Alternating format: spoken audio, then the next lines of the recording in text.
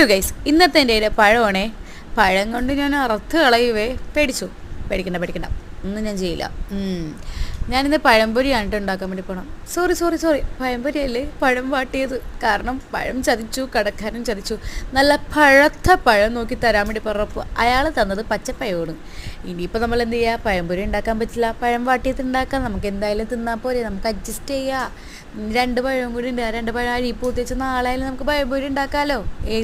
അത് തന്നെ. അപ്പോൾ നല്ല നെയ്സായിട്ട് ഞങ്ങൾ പഴം അരിഞ്ഞെടുക്കാം കേട്ടോ. എനിക്ക് എപ്പോഴും നെയ്സാണ് ഇഷ്ടം, എനിക്ക് പണ്ട് തൊട്ടേ നെയ്സാണ് ഇഷ്ടം. അപ്പോൾ നല്ല നെയ്സായിട്ട് ഇങ്ങനെ പഴം നല്ലോണം അരിഞ്ഞെടുക്കുക. അതാകുമ്പോൾ നമുക്ക് പൊരിക്കാൻ ഈസിയാണ്, മൊരിയാൻ ഈസിയാണ്, എല്ലാം കൊണ്ടും ഈസിയാണ് കേട്ടോ.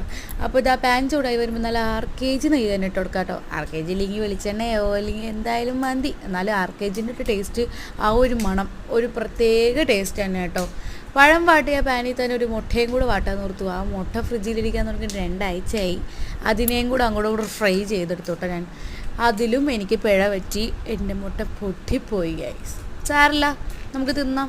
മുട്ട പൊട്ടിയെന്ന് പറഞ്ഞു കഴിഞ്ഞാൽ ടേസ്റ്റൊന്നും ഭംഗിയൊന്നും കുറയില്ലെങ്കിലോ.